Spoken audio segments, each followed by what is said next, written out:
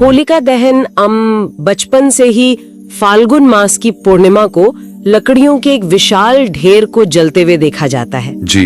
आग की वे लपटें जो जैसे आकाश को छूने की कोशिश करती हैं। बिल्कुल। लेकिन विष्णु पुराण और श्रीमद् भागवत पुराण के पन्नों में अगर गहराई से देखें तो ये आग सिर्फ सूखी लकड़ियों या पुराने वस्त्रों की नहीं है। नहीं, बिल्कुल नहीं। ये इतिहास के सबसे बड़े सबसे अभेद्य माने जाने वाले अहंकार के जलने की घटना है। सही का। तो कथा सागर कहानियों का समंदर बाय PSR की इस विशद और गहरी आध्यात्मिक चर्चा में आज हम उसी आग की आंच को महसूस करेंगे। और ये बहुत ही अहम चर्चा होने वाली है।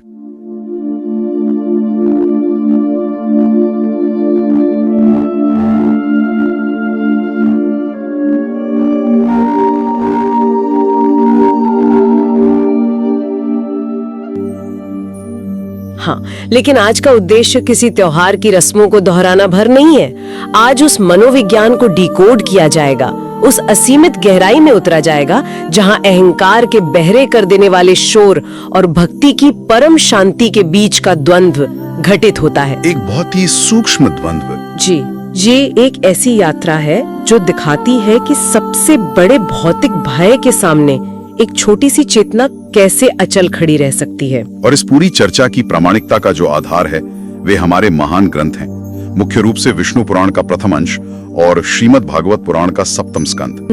इन ग्रंथों ने बहुत ही सूक्ष्मता से मानव मन की जटिलताओं को समझाया है। और यहाँ शुरुआत में ही एक बात स्पष्ट कर देना आवश्यक लगता है मुझे। जी बिल्कुल, बताइए। अक्सर जब इस कथा को सुनाया जाता है तो पूरा ध्यान केवल क्रोध, हिंसा और प्रतिशोध के नाटकीकरण पर होता है। हाँ, वो सिनेमैटिक प्रभाव ज्यादा रहता है। ठीक कहा। लेकिन हमारी आज की इस चर्चा का केंद्र वो बाहरी कोलाहल नहीं होगा। इसके बजाय हमारा पूरा ध्यान प्रहलाद की उस आंतरिक स्थिरता पर केंद्रित रहेगा। वो गहरी मौन अवस्था। जी, वो मौन अवस्था जो मृत्यु के तांडव के बीच भी रत्ती भर नहीं डगमगाई। ये समझने का प्रयास है कि जब बाहर सब कुछ नष्ट करने पर तुला हो तब भीतर का स्मरण कैसे एक अभेद्य कवच बन जाता है। तो चलिए इस गूढ़ कथा की परतों को बहुत ही सहजता और धीरज के साथ खोलते हैं। भागवत पुराण के सप्तम स्कंद के अनुसार इस पूरे द्वंद्व की शुरुआत एक बहुत ही गहरी मनोवैज्ञानिक ठेस से होती है। हिरण्यकशिपु का अहंकार। बिल्कुल, असुर राजा हिरण्यकशिपु का वो अहंकार अकारण ही नहीं जन्मा था। भगवान विष्णु के वराह अवतार द्वारा उसके भाई हिरण्याक्ष का वध किया गया था। और इस एक घटना ने बहुत कुछ बदल दिया। जी, इस घटना ने हिरण्यकशिपु के भीतर दुख से ज्यादा एक भयंकर असुरक्षा और रोष पैदा कर दिया।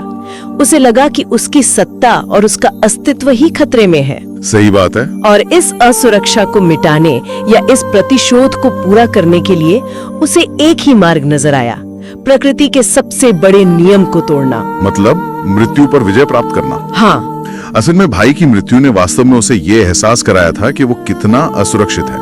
और यहीं से अहंकार का वो बीज अंकुरित होता है जो पूरी सृष्टि को ग्रस लेना चाहता है। अपनी उसी गहरी असुरक्षा को छिपाने के लिए उसने मंदराचल पर्वत की ओर प्रस्थान किया। वहां उसने वर्षों तक ऐसी कठोर तपस्या की जिसकी ऊष्मा से, जिसके ताप से पूरी सृष्टि में हलचल मच गई। देवता भी चिंतित हो उठे। तपस्या कोई साधारण कार्य तो है नहीं, इसके लिए चरम एकाग्रता चाहिए। बिल्कुल। और हिरण्यकशिपु के पास वो एकाग्रता थी, लेकिन उसका उद्देश्य पूरी तरह से दूषित था। अंततः इस अकल्पनीय तप के परिणाम स्वरूप सृष्टिकर्ता ब्रह्मा जी को उसके समक्ष प्रकट होना ही पड़ा। और हिरण्यकशिपु की मांग बहुत स्पष्ट थी, उसे अमर तो चाहिए था। लेकिन सृष्टि का नियम तो अटल है। ब्रह्मा जी ने स्पष्ट कर दिया कि जिसने जन्म लिया है उसकी मृत्यु निश्चित है। सीधा अमरता का वरदान नहीं दिया जा सकता। नहीं दिया जा सकता। और कथा का सबसे दिलचस्प मोड़ यहीं आता है। जब सीधे दरवाजे बंद मिले तो हिरण्यकशिपु ने अपनी कुशाग्र बुद्धि का प्रयोग किया। उसने एक ऐसा चतुराई भरा, ऐसा जटिल वरदान मांगा जिसने उसे ये भ्रम दे दिया कि उसने मृत्यु के आने के सारे रास्ते ही ब्लॉक कर दिए हैं। हाँ, उसने मांगा कि उसकी मृत्यु न दिन में हो न रात में, न घर के अंदर हो न बाहर, न किसी अस्त्र से हो न किसी शस्त्र से, न किसी मनुष्य के हाथों हो न किसी पशु के, और न ही भूमि पर हो न आकाश में। इस तकनीकी रूप से परफेक्ट माने जाने वाले प्रस्ताव पर ब्रह्मा जी ने तथास्तु कह दिया। अगर इस वरदान के मनोविज्ञान का गहराई से विश्लेषण किया जाए तो एक बहुत ही खतरनाक स्थिति सामने आती है। जी बिल्कुल। इस वरदान ने हिरण्यकशिपु के भीतर अमरता का एक ऐसा अटल और अंधा भ्रम पैदा कर दिया जिसने उसके अहंकार को चरम सीमा पर पहुंचा दिया। उसे लगने लगा कि उसने प्रकृति के द्वंद्वों को पूरी तरह से हैक कर लिया है। दिन और रात, अंदर और बाहर, उसने सृष्टि के नियमों को और स्वयं मृत्यु को पराजित कर दिया है। जब सत्ता के शिखर पर बैठे किसी प्राणी के भीतर ये भाव आ जाए कि उसे कोई नष्ट नहीं कर सकता, तो वो स्वयं को ही ईश्वर समझने लगता है। और यही हुआ। अपने इसी गॉड कॉम्प्लेक्स, इसी चरम अहंकार के नशे में हिरण्यकशिपु ने पूरे राज्य की व्यवस्था ही बदल दी। उसने अपने साम्राज्य में हर प्रकार के यज्ञ, वेद पाठ और विशेष रूप से विष्णु भक्ति पर पूर्ण प्रतिबंध लगा दिया। घोषणा कर दी गई कि पूरे ब्रह्मांड में केवल एक ही शक्ति है, एक ही ईश्वर है, और वो है हिरण्यकशिपु स्वयं। केवल उसी की स्तुति होनी चाहिए। जो ऐसा नहीं करेगा उसे मृत्युदंड मिलेगा। यह पृथ्वी पर बढ़ते हुए घोर अधर्म, तानाशाही और वैचारिक अंधकार का सबसे भयानक दौर था। सत्ता का ऐसा पूर्ण केंद्रीकरण जहां किसी और विचार के पनपने की कोई जगह ही नहीं छोड़ी गई। लेकिन चेतना के नियम भी बड़े अद्भुत हैं। जिस राजा ने पूरी दुनिया पर अपना वैचारिक और भौतिक नियंत्रण कर लिया था, उसे यह अनुमान ही नहीं था कि उसके अपने ही महल के अंदर, उसके अपने ही रक्त से एक ऐसी क्रांति जन्म लेने वाली है जो उसके इस अजेय होने के भ्रम को चकनाचूर कर देगी। जहां एक और बाहर अहंकार और भय का साम्राज्य था, वहीं उसी के घर में प्रहलाद के रूप में एक ऐसी निर्मल चेतना का उदय हो रहा था जो बाहरी दुनिया के किसी भी नियम से बंधी हुई नहीं थी। श्रीमद् भागवत पुराण के संदर्भ ये स्पष्ट करते हैं कि प्रहलाद की ये भक्ति कोई महल में सीखी गई विद्या नहीं थी। बिल्कुल नहीं। कथा बताती है कि जब प्रहलाद अपनी माता कयाधु के गर्भ में ही थे, तभी उन्हें महर्षि नारद का सानिध्य प्राप्त हुआ। जी। नारद जी ने गर्भ में पल रहे उस शिशु को भगवान विष्णु की अहेतु की भक्ति का उपदेश दिया था। यहाँ इस शब्द अहेतु की भक्ति पर थोड़ा रुकना और इसे स्पष्ट करना बहुत जरूरी है। हाँ, ये बहुत महत्वपूर्ण संकल्पना है। सामान्यतः संसार में जो भक्ति होती है, उसके पीछे कोई ना कोई हेतु होता है, कोई कारण या स्वार्थ होता है कि धन मिल जाए, सुरक्षा मिल जाए या अमुक कार्य सिद्ध हो जाए। लेकिन अहेतु की भक्ति का अर्थ है बिना किसी कारण, बिना किसी मांग या सौदेबाजी के पूर्ण समर्पण। प्रहलाद जन्म लेने से पूर्व ही इसी अहेतु की भक्ति के स्तर पर पहुंच चुके थे। उनका मन पूरी तरह से श्री नारायण में स्थिर हो चुका था। शरीर भले ही असुर कुल का था, लेकिन चेतना परम स्वतंत्र थी। यह विरोधाभास ही इस कथा का सबसे सुंदर दर्शन है। जैसे जैसे प्रहलाद बड़े हुए, महल की परंपरा के अनुसार उन्हें असुरों के गुरुकुल में भेजा गया। वहाँ के शिक्षकों षंड और अमर्क का एकमात्र काम था प्रहलाद के मस्तिष्क में भौतिक सत्ता, राजनीति, कूटनीति, साम, दाम, दंड, भेद और राज्य के विस्तार के विचार भरना। उन्हें वो सब सिखाया जा रहा था जो एक क्रूर और अजेय शासक बनने के लिए आवश्यक था। लेकिन जो घड़ा पहले से ही अमृत से भरा हो, उसमें जहर की एक बूंद भी कैसे प्रवेश कर सकती है? गुरुकुल की वो भौतिक शिक्षा प्रहलाद के मन को छू तक नहीं पाई। और इस वैचारिक द्वंद्व का सबसे बड़ा विस्फोट तब होता है जब एक दिन हिरण्यकशिपु बड़े ही गर्व और वात्सल्य के साथ अपने पुत्र को गोद में बैठाता है। जी। वो पूछता है कि पुत्र, तुमने अपने गुरुकुल में अब तक जो भी सबसे उत्तम ज्ञान प्राप्त किया है वो मुझे बताओ। एक तानाशाह पिता को ये पूरी उम्मीद थी कि उसका पुत्र किसी महान विजय अभियान या राज्य पर नियंत्रण की कोई कूटनीति सुनाएगा।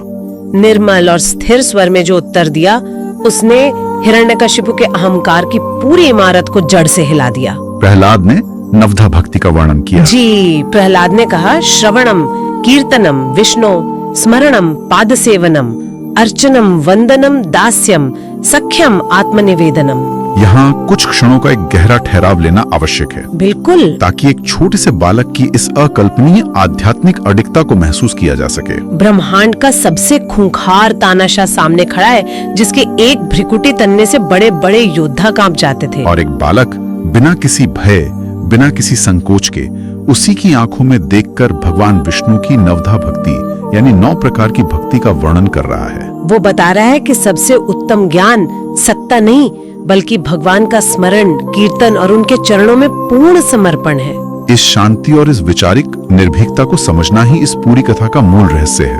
हिरण्यकशिपु जैसे अहंकारी के लिए ये केवल एक बालक का भोलापन या आज्ञा का उल्लंघन नहीं था। ये उसके अस्तित्व, उसके स्वयं घोषित ईश्वरत्व और उसके अजेय होने के भ्रम पर एक सीधा वैचारिक प्रहार था। अहंकार की सबसे बड़ी दुर्बलता यही होती है कि वो अपने विरोध में एक शब्द भी सहन नहीं कर सकता, और यदि वो विरोध अत्यंत शांत, सत्य और तार्किक हो तो अहंकार बौखला जाता है। हिरण्यकशिपु का क्रोध एक भयंकर ज्वालामुखी की तरफ फूट पड़ा।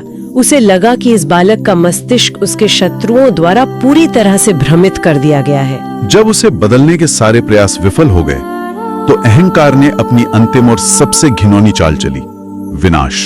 अपने ही पुत्र को दंडित करने और मार्ग से हटाने का निर्णय। और इसके बाद शुरू होते हैं वो परीक्षण, वे अमानवीय प्रहार जो एक अंधी सत्ता ने उस मासूम से दिखने वाले भक्ति पर किए। विष्णु पुराण और भागवत पुराण में इन प्रहारों का जो वर्णन है उसे पढ़ के रोंगटे खड़े हो जाते हैं। लेकिन हम यहाँ क्रूरता पर नहीं बल्कि उस अद्भुत शांति पर बात करेंगे जिसके साथ प्रहलाद ने इन परिस्थितियों का सामना किया। सबसे पहले हिरण्यकशिपु के आदेश पर प्रहलाद के भोजन में हलाहल विष मिला दिया गया। भौतिक दृष्टि से ये मृत्यु का एक अचूक तरीका था, परंतु भागवत पुराण का वो दृश्य अध्यात्म और शरीर विज्ञान के एक बहुत गहरे संबंध को उजागर करता है। जब प्रहलाद वो विषयुक्त भोजन ग्रहण कर रहे थे तो उनके भीतर मृत्यु का लेश मात्र भी भय नहीं था। नहीं उनके मन में अपने पिता के प्रति कोई क्रोध, शिकायत या द्वेष था। उनका पूरा ध्यान केवल और केवल भगवान विष्णु के नाम जप में एकाग्र था, और परिणाम ये हुआ कि वो विष प्रहलाद के शरीर पर शून्य हो गया, निष्प्रभावी हो गया। इसके पीछे का दर्शन ये है कि विष या कोई भी बाहरी प्रहार तब ज्यादा असर करता है जब भीतर मृत्यु का भय हो, जब शरीर तनाव और डर से भर जाए। बिल्कुल, लेकिन जब चेतना भय से पूरी तरह मुक्त होकर स्वयं को परमात्मा के प्रति सौंप देती है तो भौतिक जगत के नियम भी उस चेतना के समक्ष नतमस्तक हो जाते हैं। प्रहलाद का मन तो संसार में था ही नहीं, वो तो सीधे नारायण में विलीन था। तो फिर सांसारिक विष उस पर क्या प्रभाव डालता? जब विष का ये हथियार विफल हो गया तो बौखलाए हुए अहंकार में दूसरा प्रयास किया। प्रहलाद को अत्यंत विषैली फुफकारते हुए सर्पों के गहरे कक्ष में छोड़ दिया गया। चारों ओर से मृत्यु फन काढ़े खड़ी थी, लेकिन फिर वही अकल्पनीय दृश्य उभरता है। प्रहलाद उसी ध्यान की अवस्था में आंखें बंद किए हुए पूर्णतः स्थिर बैठे रहे। सर्प उनके शरीर पर रेंगते रहे, लेकिन बिना कोई हानि पहुंचाए शांत होकर लौट गए। जब ये क्रूर प्रयास भी अपनी मौत मर गया तो तीसरे प्रयास के रूप में प्रहलाद को एक अत्यंत ऊंचे पर्वत के शिखर से नीचे धकेल दिया गया। एक छोटे से बालक का शरीर इतनी ऊंचाई से गिरकर चट्टानों पर छिन्न भन्न हो जाना चाहिए था। यह बाहरी भौतिक शक्तियों और आंतरिक शांति के बीच का सीधा युद्ध था। जब प्रहलाद को पर्वत से नीचे धकेला गया तब भी हवाओं के उस भयंकर शोर के बीच उनका ध्यान भंग नहीं हुआ। शास्त्रों के अनुसार उसी अहेतु की भक्ति ने एक अदृश्य सुरक्षा कवच बनकर उन्हें अपनी गोद में थाम लिया। वे भूमि पर इतनी कोमलता से उतरे जैसे कोई फूल किसी वृक्ष से टूटकर धीरे से घास पर गिरता है। इन सभी हिंसक घटनाओं का अगर एक साथ विश्लेषण किया जाए तो जो बात सबसे ज्यादा उभर कर सामने आती है वो है प्रहलाद की इनर स्टिलनेस या आंतरिक शांति। हिरण्यकशिपु जो कि बाहरी शक्ति, राज्य और हथियारों का प्रतीक है, वो हर विफल प्रयास के साथ अधिक अस्थिर, अधिक अशांत और मनोवैज्ञानिक रूप से अधिक कमजोर होता जा रहा था। इसके विपरीत प्रहलाद जो कि निहत्थे थे, वे हर परीक्षा के साथ अधिक शांत और अधिक अजेय होते जा रहे थे। ये इस बात का प्रमाण है कि बाहरी शक्ति कितनी भी विशाल क्यों न हो, वो सत्य की मौन अवस्था के सामने अर्थहीन हो जाती है। जब तलवारें, विष और पर्वत काम ना आए तब कथा अपने उस सबसे महत्वपूर्ण और प्रतीकात्मक चरण में प्रवेश करती है जिसके लिए ये चर्चा आज हो रही है। जी, हिरण्यकशिपु ने अपनी बहन होलिका को स्मरण किया। उसने भी एक विशेष वरदान अर्जित किया था, एक ऐसा जादुई वस्त्र या ऐसी शक्ति जिससे वो अग्नि में भस्म नहीं हो सकती थी। हिरण्यकशिपु की एक बहुत ही ठंडी और क्रूर योजना थी। होलिका प्रहलाद को अपनी गोद में लेकर प्रज्वलित अग्नि के मध्य बैठेगी। होलिका अपने वरदान के कारण सुरक्षित बचेगी और प्रहलाद उस भयंकर अग्नि में राख हो जाएंगे। इस दृश्य पर रुककर सनातन दर्शन के एक अत्यंत ही गूढ़ और अटल सिद्धांत पर गंभीर चिंतन करना बहुत जरूरी है। शास्त्र स्पष्ट रूप से कहते हैं कि किसी भी तपस्या से अर्जित किया गया वरदान, विद्या या शक्ति एक पवित्र ऊर्जा होती है। लेकिन जब उस शक्ति का प्रयोग धर्म, करुणा और सत्य के विरुद्ध किया जाता है तो वो शक्ति अपनी मूल प्रकृति खो देती है और स्वयं उसी व्यक्ति के प्रतिकूल हो जाती है। होलिका का वो वरदान उसकी रक्षा के लिए था, आत्मरक्षा के लिए था, न कि एक निर्दोष ईश्वर भक्त बालक की सुनियोजित हत्या के लिए। जैसे ही शक्ति ने अहंकार और अधर्म की दासी बनना स्वीकार किया, उसी क्षण उस शक्ति ने अपना सुरक्षा कवच खो दिया। प्रकृति के नियम में जब शक्ति का दुरुपयोग होता है तो वो आत्मघाती बन जाती है। उस अत्यंत भक्तिपूर्ण और गरिमामय दृश्य की कल्पना करना भी रोंगटे खड़े कर देता है। फाल्गुन की वो पूर्णिमा की रात, खुले प्रांगण में लकड़ियों का एक विशाल अंबार खड़ा किया गया है। उसे अग्नि के हवाले कर दिया गया है। लपटें इतनी प्रचंड हैं कि वे आकाश को छूने का प्रयास कर रही हैं। उस भयंकर हाहाकार और अग्नि के ठीक बीचों बीच होलिका बैठी है और उसकी गोद में वो छोटा सा बालक प्रहलाद है। प्रहलाद की आंखें बंद हैं। उनके चेहरे पर वही अलौकिक शांति है जो गुरुकुल में थी, जो विष पीते समय थी, जो पर्वत से गिरते समय थी। उनके हृदय की धड़कन में न तो मृत्यु की कोई घबराहट है, न ही उस होलिका या हिरण्यकशिपु के प्रति कोई नफरत। उनके होंठ धीरे धीरे हिल रहे हैं और उनके भीतर और बाहर एक ही अजेय स्वर गूंज रहा है, ओम नमो नारायणाय, ओम नमो नारायणाय। चारों ओर अग्नि का हाहाकार है, राख उड़ रही है, लेकिन उस बालक के भीतर ब्रह्मांड की सबसे गहरी शांति व्याप्त है। और यही वो वास्तविक गहरा कारण है कि फाल्गुन मास की पूर्णिमा की रात को होलिका दहन किया जाता है। जब विष्णु पुराण और भागवत पुराण की इस पूरी कथा के आलोक में इस परंपरा को देखा जाता है तो इसका अर्थ एक झटके में पूरी तरह से बदल जाता है। ये केवल एक सामाजिक त्योहार नहीं रह जाता। ये पुराने वस्त्रों या सूखी लकड़ियों को जलाने की एक सामान्य रस्म भर नहीं है। ये मानव चेतना के विकास का एक प्रतीक है। बिल्कुल, होलिका दहन का ये प्रतीकात्मक अर्थ मनोवैज्ञानिक स्तर पर बहुत गहरा है। जब वो अग्नि प्रज्वलित होती है तो वो वास्तव में मनुष्य के भीतर छिपी उस असुर प्रवृत्ति, उस अकारण द्वेष, उस अज्ञान और सबसे बढ़कर उस अहंकार के जलने का प्रतीक है जो मनुष्य को ईश्वर और उसकी अपनी मूल प्रकृति से दूर करता है। होलिका उस भ्रष्ट शक्ति का प्रतीक है जो अज्ञान के वशीभूत होकर अधर्म का साथ देती है। और उस भयंकर अग्नि के शांत होने के बाद जो शेष रह जाता है वो क्या है? वो केवल राख नहीं है, वो शुद्ध, अकाट्य और निर्मल श्रद्धा है। ये कथा इस बात को हमेशा के लिए स्थापित कर देती है कि सच्ची भक्ति किसी उम्र की मोहताज नहीं होती। प्रहलाद केवल एक छोटा सा बालक था। भक्ति किसी परिवार, जन्म या कुल पर निर्भर नहीं करती। प्रहलाद स्वयं एक असुर कुल में असुरों के राजा के घर में जन्मे थे। और न ही भक्ति किसी राज्य सत्ता या भौतिक शक्ति की मोहताज होती है। भक्ति पूर्णतः अंतर्मन की वह शुद्ध अवस्था है जहाँ संसार का कोई भी भय, कोई भी प्रलोभन प्रवेश ही नहीं कर सकता। विष्णु पुराण और श्रीमद् भागवत पुराण के इन अत्यंत गूढ़ और रहस्यमयी संदेशों को समेटते हुए अब समय है एक गहरे आत्मनिरीक्षण का। बाहरी दुनिया के शोर शराबे से कुछ पल के लिए दृष्टि हटाकर स्वयं के भीतर के एकांत में झांकने का। जब भी होली की वो विशाल अग्नि प्रज्वलित होती हुई दिखाई दे तो उस अग्नि में केवल जलती हुई लकड़ियों को या सदियों से चली आ रही एक परंपरा को न देखा जाए, बल्कि इस बात पर अत्यंत गहराई से विचार किया जाए कि हमारे अपने ही अंतर्मन के किसी अंधेरे कोने में कहीं कोई ऐसा हिरण्यकशिपु या कहीं कोई ऐसी होलिका तो नहीं छिपी है। वो कौन सा सूक्ष्म अहंकार है जो ये मान बैठा है कि वो अजय है? वो कौन सा भ्रम है जिसे आज के इस अग्नि में दहन किए जाने की प्रतीक्षा है?